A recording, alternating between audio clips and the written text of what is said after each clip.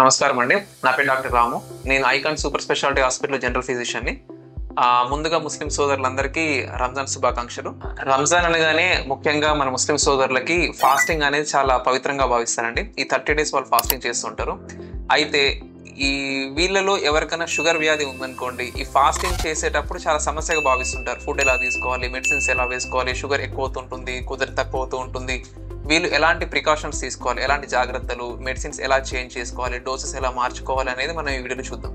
రంజాన్ సీజన్లో ఫాస్టింగ్ చేయొచ్చా చేయకూడదా షుగర్ వ్యాధి ఉన్న వాళ్ళు అనేది పెద్ద క్వశ్చన్ మార్క్ అందరికీ.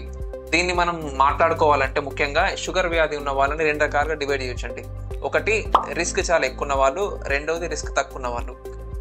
రిస్క్ ఎక్కువ ఉన్న వాళ్ళు అని ఎవరిని అంటాం మనము అంటే డయాబెటీస్ అనేది 2 రకాలు ఉంటుంది. టైప్ 1, టైప్ 2 డయాబెటీస్ అంటాం అన్నమాట. టైప్ 1 డయాబెటీస్ అనేది ఏంటంటే చాలా చిన్న ఏజ్ లో షుగర్ మొదలవుతుంది.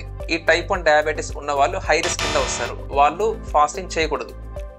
రెండో రకం, ఇంకా ఏ రకమైన డయాబెటీస్ అయినా సరే, 1 కానివ్వండి, 2 కానివ్వండి, ఇంకేదైనా కానివ్వండి, వీళ్ళకి షుగర్ అస్తమాన కంట్రోల్లో ఉండట్లేదు అనుకోండి, వాళ్ళు కూడా ఫాస్టింగ్ చేయకూడదు. మూడోది, ప్రెగ్నెంట్ లేడీస్ ఎవరైతే ఉంటారో వాళ్ళు కూడా ఫాస్టింగ్ అస్సలు చేయకూడదు. నాలుగోది, తరచూ షుగర్ లో అయ్యే వాళ్ళు, తరచూ షుగర్ చాలా ఎక్కువ వచ్చే వాళ్ళు, వీళ్ళు కూడా ఫాస్టింగ్ చేయకూడదు. ఇంకొకటి, షుగర్ జబ్బు ఉన్న వాళ్ళు కొన్ని లక్షణాలు వస్తుంటాయండి. కంటి సమస్యలు, కిడ్నీ సమస్యలు, నరాల సమస్యలు ఇవి వస్తుంటాయి. వీటిని కాంప్లికేషన్స్ అంటాం. ఇవి ఎవరికైతే ఉంటాయో వాళ్ళు కూడా ఫాస్టింగ్ చేయకూడదు. ఈ హై రిస్క్ అని ఇప్పుడు నేను చెప్పిన లిస్ట్ లో రాని వాళ్ళందరూ ఫాస్టింగ్ చేయొచ్చు, కాకపోతే కొన్ని జాగ్రత్తలు తీసుకొని చేసుకోవాలి. ఇంకో క్వశ్చన్ కామన్ గా ఉంటుంది అండి, ఫాస్టింగ్ చేసేటప్పుడు షుగర్ లెవెల్స్ ఎలా ఉన్నాయి, ఎంత తరచుగా మనం షుగర్ టెస్ట్ చేయించుకుంటే మంచిది అనేది కూడా చాలా మందికి డౌట్ గా ఉంటుంది. దానికి ఏం చేయాలి అంటే, మనం ప్రతిసారి షుగర్ టెస్ట్ చేసుకోవడానికి ఒక ల్యాబ్కి వెళ్ళి చేయించుకోవడం కూడా కరెక్ట్ కాదు. ఆర్థికంగా కూడా మనకు కొంచెం ఇబ్బందిగా ఉండొచ్చు. అలాంటప్పుడు ఏం చేయాలి అంటే, ఒక గ్లూకోమీటర్ తీసుకోవాలండి. గ్లూకోమీటర్ అంటే చాలా మంది తెలిసే ఉంటుంది, ఇలా మెషిన్ ఉంటుంది, దీంట్లో చిన్న పట్టి ఉంటుంది, స్ట్రిప్ అంటాం, అది పెట్టి షుగర్ టెస్ట్ చేసుకోవాల్సి ఉంటుంది. ఎంత తరచుగా చేసుకోవాలి అంటే, రంజాన్లో సుహూర్, ఇఫ్తార్ అని 2 ఉంటాయి కదండి. మార్నింగ్, ఉదయం పూట, సాయంత్రం పూట ఫుడ్ తీసుకునే సమయాలు. ఉదయం పూట సుహూర్కి ముందు షుగర్ ఎంత ఉందో గ్లూకోమీటర్తో చూసుకోవాలి.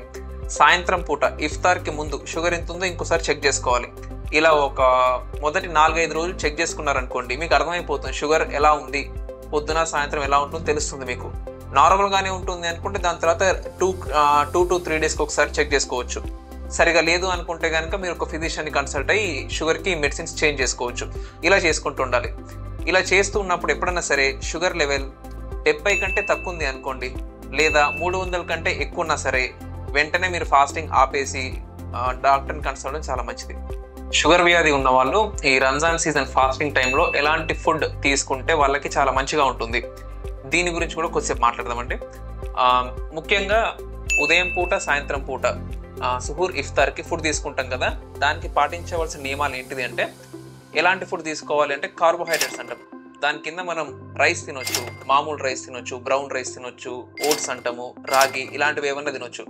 ప్రోటీన్ ఫుడ్ అనేది తీసుకోవాలనుకుంటే కనుక చికెన్, చేపలు, పప్పు, పన్నీర్, గుడ్డు, ముఖ్యంగా వైట్ ఫ్యాట్స్, హెల్దీ ఫ్యాట్స్ అంటాం, అది తీసుకోవాలంటే కనుక ఈ డ్రై ఫ్రూట్స్ ఉంటాయండి, ఆల్మండ్, జీడిపప్పు, ఫ్లాక్ సీడ్స్ అంటాము, వాల్నట్స్, ఇలాంటివి తీసుకుంటే మంచి హెల్దీ ఫ్యాట్ ఇంకా ప్రోటీన్ వస్తుంటుంది. వెజిటేబుల్స్, ముఖ్యంగా వెజిటేబుల్స్, కూరగాయలు తినాలండి. ఆకుకూరలు, కూరగాయలు తినాలి. పీచు పదార్థాలతో ఉన్న కూరగాయలు, క్యారెట్స్, టొమాటోలు, ఇవన్నీ తీసుకుంటూ ఉండాలి. ఇంకా వాటర్, ముఖ్యంగా వాటర్ చాలా ఎక్కువ తీసుకోవాలి. మీరు ఉదయం నుంచి సాయంత్రం వరకు దాదాపు 2 నుంచి 3 లీటర్ల వాటర్ తీసుకుంటూ ఉండాలి. ఇది ఫాలో అవ్వాలి ఉదయం పూట, సాయంత్రం పూట. వీటిలో నుంచి ఫుడ్ ఐటమ్స్ మీరు కాంబినేషన్స్లో తీసుకోవచ్చు అండి. తీసుకుంటే కొంచెం ఆరోగ్యంగా ఉంటారు.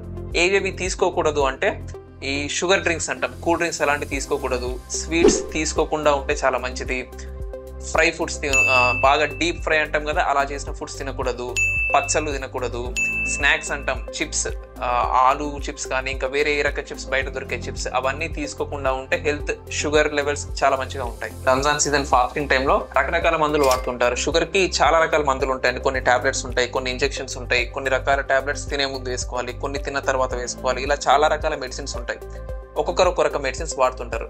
సో ఎవరు ఏ మెడిసిన్ కంటిన్యూ చేయొచ్చు, ఎవరు ఏ మెడిసిన్ ఆపేసేయాలి, కొన్ని మెడిసిన్స్ డోస్ అడ్జస్ట్ చేయాలి, ఇలాంటి చాలా చాలా విషయాలు ఉంటాయి. మీరు ఫాస్టింగ్ చేయాలి అనుకున్నప్పుడు కొన్ని రకాల మెడిసిన్స్ వాడామనుకోండి, అవి ఫాస్టింగ్లో వేసుకోకూడదు. షుగర్లో కొన్ని రకాల మెడిసిన్స్ ఒంట్లో నుంచి వాటర్ మొత్తం తీసేస్తాయి, అవి కంప్లీట్గా అవాయిడ్ చేయాలి. కొందరు ఇన్సులిన్ వాడుతూ ఉంటారు, వాళ్ళు వాడే రెగ్యులర్ డోస్ బదులు కొంచెం డోస్ తగ్గించి వాడాలి.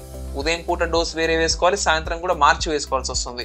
సో ఇలాంటి చాలా పనులు ఉంటాయి కాబట్టి ఫాస్టింగ్ టైంలో మీరు మీ దగ్గరలో ఉన్న ఫిజిషియన్ని కానీ డయాబెటీస్ స్పెషలిస్ట్ కానీ కలిసారనుకోండి, మీకు ఒక క్లారిటీ వస్తుంది, మీరు ఎలాంటి డోస్ వేసుకోవాలి, ఏ టైంలో వేసుకోవాలని క్లారిటీ వస్తుంది.